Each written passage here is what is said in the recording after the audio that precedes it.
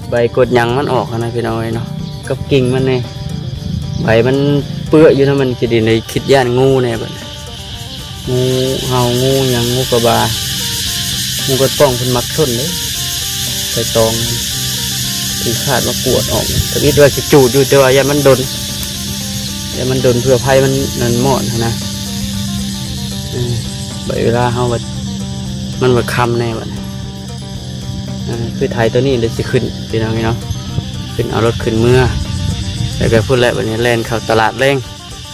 นไปซื้อเครื่องมาไว้ขายคือเก่าของขายก็เบิร์ดเน่นะพี่น้องเนาะก็เลยขึ้นจากตรงไหนตรงหน้าเล่นเข้าตลาดโตไปซื้อโครงไก่กับเครื่องปิ้งว่าง่ายๆกันเลยเนาะพี่น้องเนาะบอกคำขายเครื่องปิ้งแน่เป็นจานเป็นยังแน่นะป้าปนกันไปคือของสดนี่ก็ยังบ่ทันเอามาพี่น้องเลยเนาะอยู่ในช่วงเก็บกำอยู่ว่าฉันกับคือเรื่องชาติก็คือกันนั่นแหละพี่น้องเนี่ยแต่อีกตะกี้เนี่ยคิดว่าอันว่าสีย่อเสานะว่าสีย่อช่วงเดือน5 มเดือน 6นี่แหละแต่ว่ามันเป้าหมายมันบ่คือคิดนะพี่น้องเลยมันบ่ตรงเป้าว่าง่ายๆก็ได้เงินเขาเก็บมาตะบิดนะยังว่าพอได้อุ่นใจกับเงินเดือน YouTube แน่นะพี่น้องแต่ว่าพอ2 เดือน 3 เดือนขึ้นหลังที่ผ่านมาบัดโอกลับเข้ามาสู่สภาพเดิมพี่น้องเลยบริกดก็เลยเอาเงินส่วนที่ว่าเขาเก็บไว้ยุกเสากาว่าสิโทรมาซื้อแห่ซื้อทรายซื้อปูนนั่นแหละมาหมุนใส่ซื้อเครื่องเขาห่านแน่ก็เลยถูแต่ไทยไปก็เลยยังบ่ทันได้เห็นเป็ดหยางนะพี่น้องนะเดินเทียนเดินซานก็ได้เมื่อนี้นะบ่ได้ไปหานมโอยกันสิทายนมค้ำนี่แหละเนี่ย สิทายนมค้ำให้กับที่ได้เบิ่งได้ชมน้ำกันพี่น้องเนาะเห็นเวียดแข่งกับน้องโอยก่อนนะไว้ฉัน พอหยอกได้พี่น้องเด้อเนาะ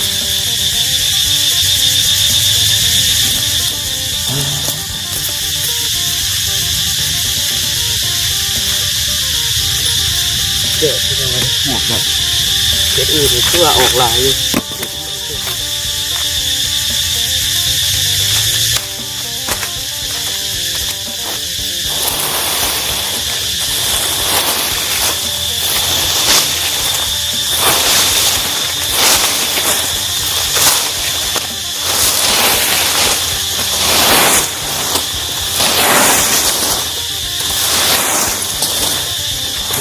เลย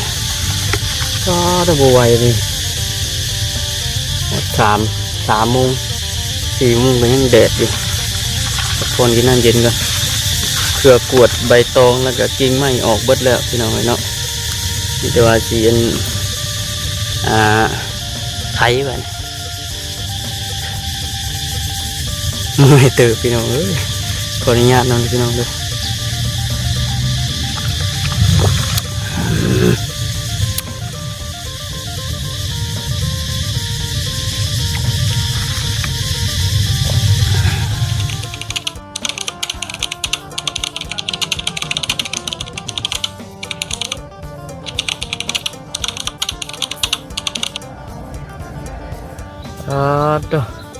แดดคักขนาดพี่น้องเลยเนาะโคตรโผมังโมกเตงโคตรโผแดดพี่น้องเลยขนาดช่วงแรงช่วงค่ำเลยได้นี่3 โมงแรงแต่ว่าแดดนี่ยังจ้าอยู่พี่น้องเลยเนาะพอค่ำนั้นบ่ไหวโจ้ไปพักเที่ยงไปขึ้นปุ๊บแดดตั้งแต่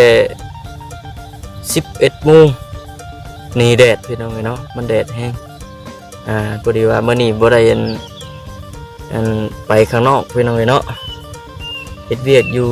บ้านว่าซั่นซะเฮ็ดเวียกอยู่น้ บ้านน้ำเฮือนทงไห้ทงนาเฮือนบ้านก็ติดกับทงไห้ทงนาพี่น้องเลย ยุดมื้อนี้ลงมาไถพุดหน้าก้อนว่าซั่นมีแผนการว่าอยากหวานน้ำหมูอยู่มีแผนการว่าอยากหวานคือบ้านคือเมืองเพิ่นอยู่พี่น้องเนาะบ้านเมืองเพิ่นก็หวานหลายคนอยู่เด้ไถปีนกบหญ้าไว้ก่อนให้หญ้ามันยุบมันหมาดก่อนจังสิไถแล้วก็จังสิหวานอีกนะพี่น้องพอดีว่ายังนาโนนี่ยังให้เดียวแต่ว่ามันมีไม้มีตอกเดี๋ยวบ่คันสิตัดเสียนถากออกก่อนตัดกวดออกก่อนไม้ที่ว่าเพิ่นหานลงหั่นนะพี่น้องกับมันนาลูกตัวที่เพิ่นรุดหั่นแต่ว่าลงยังบ่ได้เดี๋ยวมันโลมพี่น้องเนาะ แดดซ้ำตะกี้ว่าไทยฮุด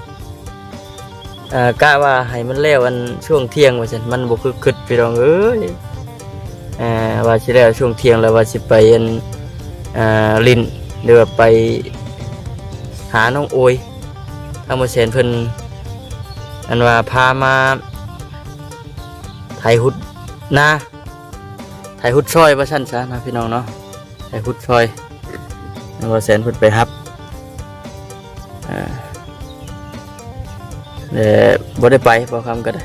น่าจะเป็นมือใหม่กันว่าเพิ่นสิมาอีกนะพี่น้องนะคนเพิ่นบ่มากับเพิ่นแล้วไปเยี่ยมไปหาเพิ่นอยู่บ้านอยู่เฮือนเพิ่นแหละ เอาก็เฮ็ดเวียกอยู่นี่ก่อนแล้วก็มันมีทางไปหลายบอนในนะพี่น้องเนาะเอาพี่น้องเนาะก่อนอื่นก็มีแต่ว่าทักทายสบายดีเด้อพี่น้องเด้อเนาะพบกับบอกคำคือเก่าคือเดิมพี่น้องเนาะพบเจอกันอีกคือเก่าอยู่ที่ทงไฮทงนาเด้อมื้อนี้น้องโอ้ยเป็นจังไดเด้เนาะแดดครับ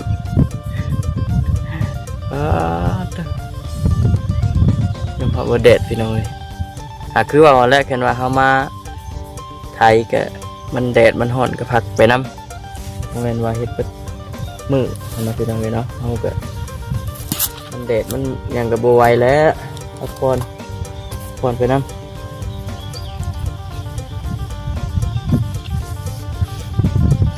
ฝากเข้ามาเป็นกำลังแรงใจในเด้อพี่น้องเด้อเนาะ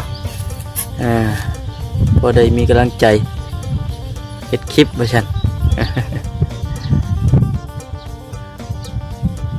นี่เลยพี่น้องรถไถก็จอดไว้นี้จอดไว้โฮมพักผ่อนพ้นกับพักผ่อนรถกับพักผ่อน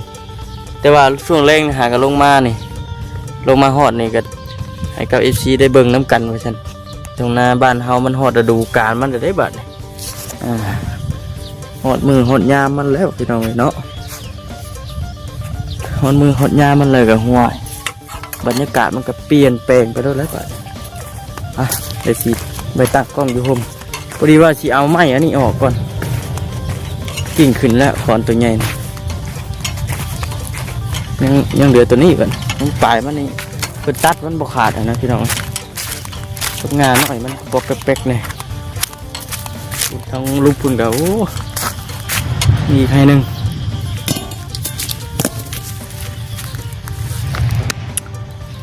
ได้เสียนตัดก่อนตัดไปข้างเด้อพี่น้องเด้ออากาศร้อนชีข้างแล้วเนี่ย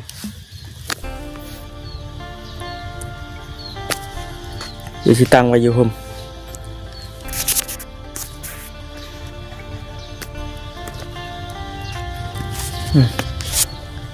ฮ้อนพี่น้องเนาะ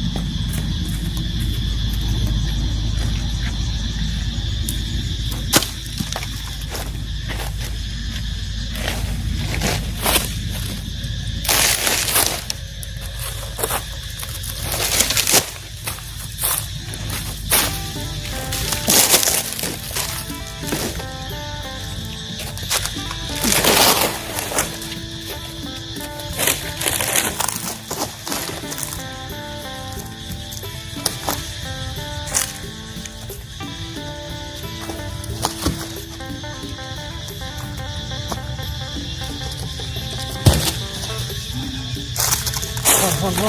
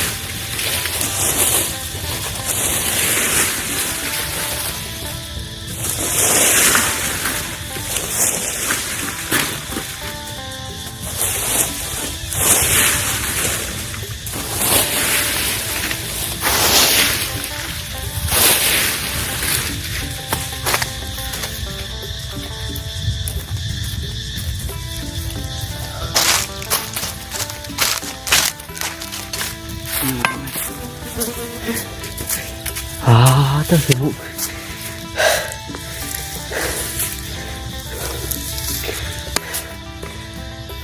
พูดพู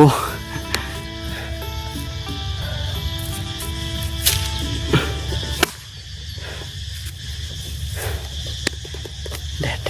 ดไว้เลยพักผ่อนไปน้ำพี่น้อยเด้อเป็นลมยอนได้ไปไหนลมยอนใครมันเย็นเนาะเย็นเป็นวินหนึ่งที่อยู่คำคือว่าหอบพี่น้องเลย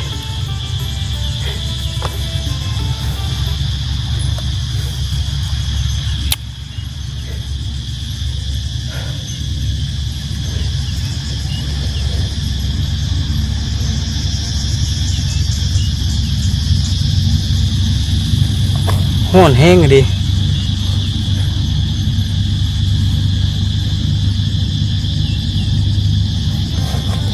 ไปฉลองเบิ่งก่อนพี่น้องเห็นนะหน้าวานเนี่ยมันจะเป็นยังไงบ่เคยวานจักเถื่อถือว่าเป็นปีแรกก็ว่าแม่นพี่น้องเห็นเนาะปีแรกของบ่คำที่ว่าสิวานเข่าคันว่าดำนี่ก็มันก็บ่ไหวพี่น้องเห็นเนาะแต่เก่าก็เคยดำแต่ละปีก็แตกเบิดคูทงอยู่แต่ว่ามันเอาง่ายๆกับมันเมื่อย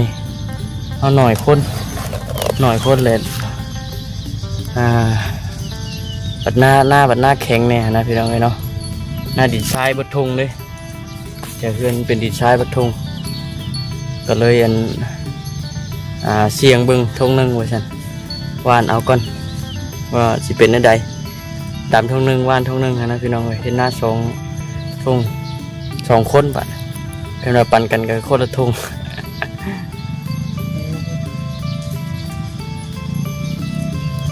ก็เลย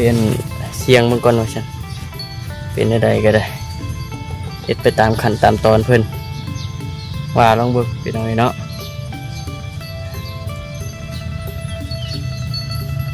เป็นทางพี่น้องอิชี่ฟังไทยเพิ่นเฮ็ดก็คือว่า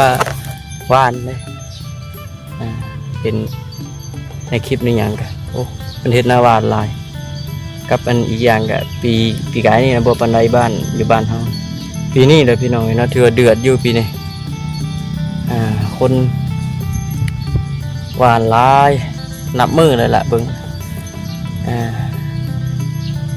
อีกอย่างกับน้ำมูกน้ำมันมันก็แพงแน่ว่าซั่นน้ำมันแพงเห็นว่าดำก็คือว่าแน่นะพี่น้องน้ำมันมันก็สิเปลืองกลัวเฮาเฮ็ดหน้าบ้านอีกหวานมันเฮาเฮ็ดรอบเดียวบัดอันนั้นน่ะโอ้หลายพี่น้องเนาะแล้วก็บ่แม่นแต่น้ำมันได้ขึ้นบัดเป็นปุ๋ยเป็นหยังเครื่องของใช้ต่างๆก็ขึ้นเบิดพี่น้องเอ้ย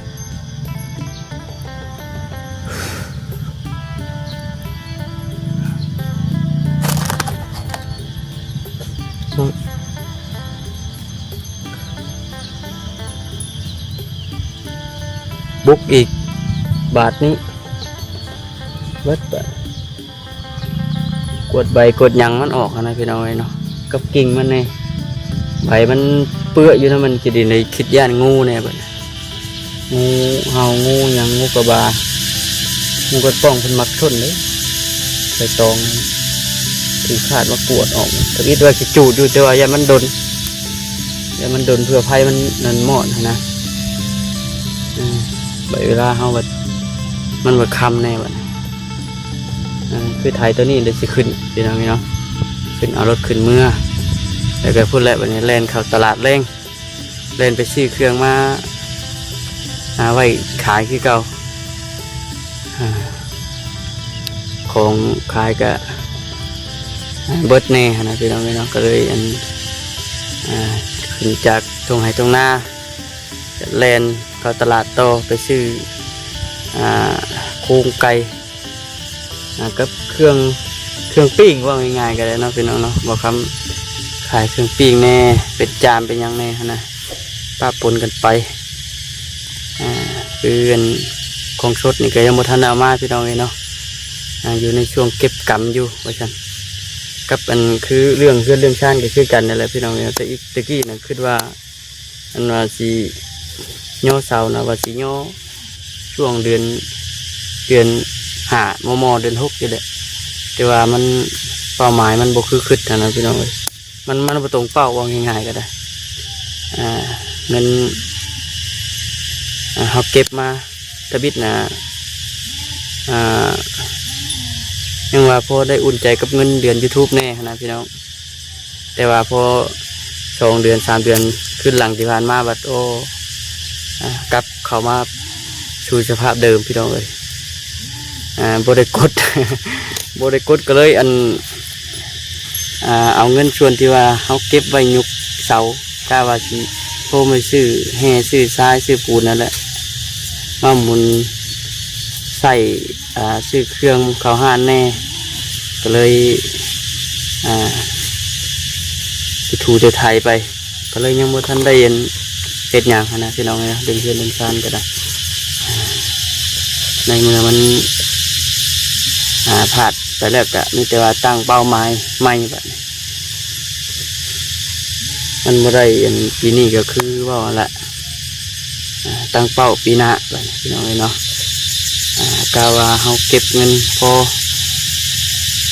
สมควรพออุปกรณ์พอได้ยุกตั้งเสาขึ้นก็ถือว่าโอเคนะพี่น้องเลยเพราะมันหลาเลยได้แบบถือว่าบืนบางครั้งก็ได้บุกบืนพยายามบุกบืนสุดขีดแต่ว่ามันก็มีแนวขีดกั้นก็ว่าแม่นพี่น้องเลยเนาะมันเกิดจังใดล่ะคือว่าอะไรพี่น้องเลยเนาะยอดวิวตกแน่ก็เลยบ่ได้กดเงินก็มีแต่ว่าอดทนสู่ชนไปนั่นแหละพี่น้องเนาะจังใดก็ฝากในเด้อพี่น้องเด้อเนาะฝากเข้ามาเป็นกำลังแรงใจในเด้อเนาะเข้ามาเบิ่งมาชมแล้วก็อย่าพากดขามโฆษณาพี่น้องเลยเนาะไปเดี๋ยวบอกเขาสิลุยตัวนี้โตพี่น้องเลยมื้อนี้น่ะบ่ได้ไปหานมโอยกันสิทายนมค้ำนี่แล้วนี่ สิทายนมค้ำให้กับพี่ได้เบิ่งได้ชมน้ำกันพี่น้องเลยเนาะเวียดแข่งกับน้องโอยก่อนหน้าไว้ฉัน พอหยอกได้พี่น้องเด้อเนาะ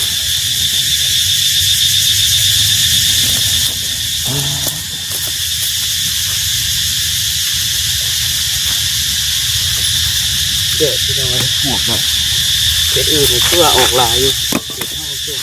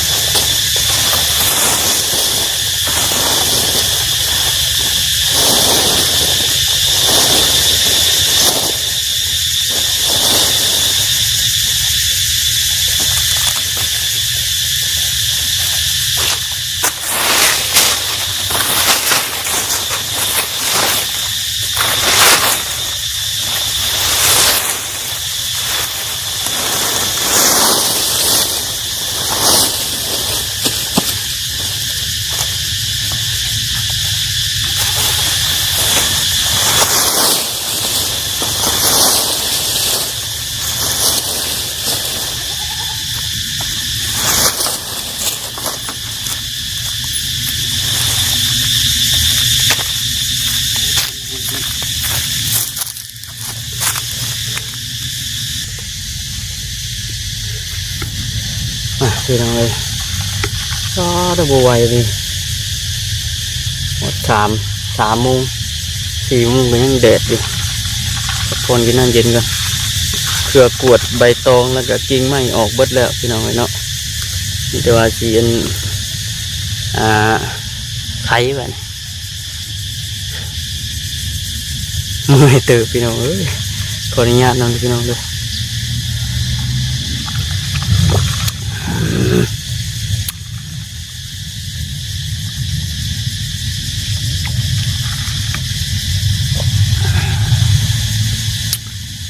บ้าก็เย็นครับเดี๋ยว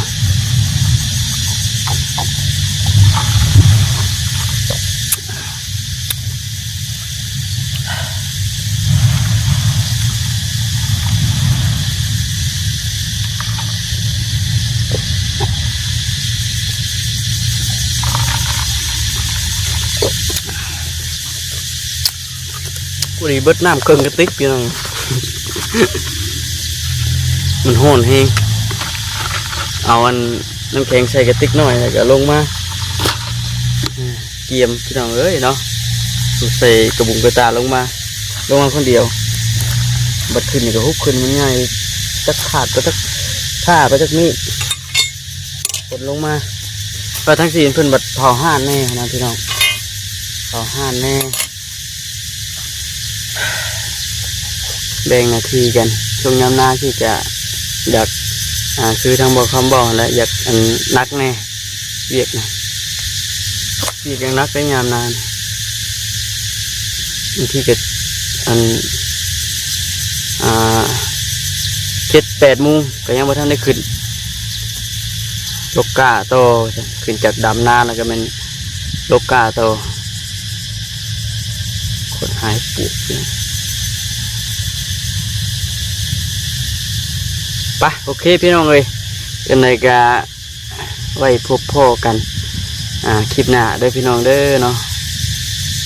ติดตามเบิ่งไปทั้งกันพี่น้องเข้ามาเบิ่งมาชมแล้วก็คอมเมนต์เข้ามาเป็นกำลังแรงใจให้เด้อพี่น้องเด้อเนาะอย่างไรก็คือว่าได้ขอบคุญขอบคุณหลายๆเด้อทางพ่อแม่พี่น้องFC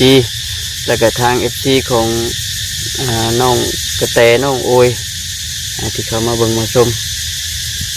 ขอบคุณหลายๆเนาะจังไรก็ขออยู่ดีไม่แห้งเด้อเนาะเฮ็ดหยังก็ขอให้เจริญรุ่งเรืองก้าวหน้าไปจ้ะพี่น้องเอ้ยอยู่ดีไม่แห้งที่กัน